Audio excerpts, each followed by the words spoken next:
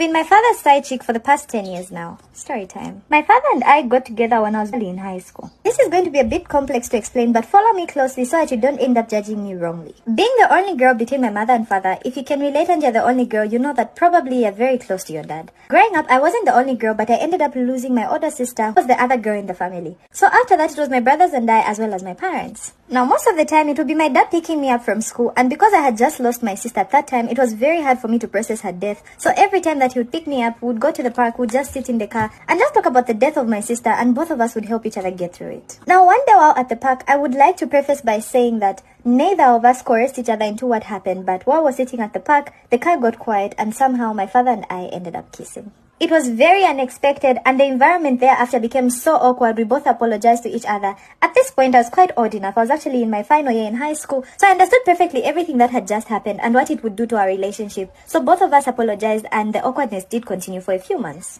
Now, it was finally graduation day, a few months after that initial kiss, and my father and I hugged. Unfortunately, on this day, my mother couldn't be around because she had to travel for work. So at my graduation, it was just my father and I, as well as my brothers. While my father was congratulating me, we hugged, and when we turned, our lips touched and we kissed. And that became the second time that my father and I kissed. This time, none of us apologized. We just looked at each other and hoped that no one had seen us. Anyway, when it comes to school, my father is one heck of a serious man. He does not play about education, especially that of his children. So after grade 12, I never even took a gap year. Immediately, I was enrolled into uni. It was during uni that my relationship with my father became so serious because he would come over to where I was living. He had actually rented me an apartment, which my mother was well aware of. Even all my siblings were aware of where I was staying. But somehow, some days my father would come over and he wouldn't go, and you know exactly what happens when two adults of different genders share a room. So now, in case you're wondering, there was never really an official conversation between my father and I to say that we're now together, but just from everything we're doing, you could tell that we were together. We would go on holidays together. Bear in mind, none of my family members knew about this. And to just consolidate the whole idea that I was officially his side chick, he would give me money after whatever would happen,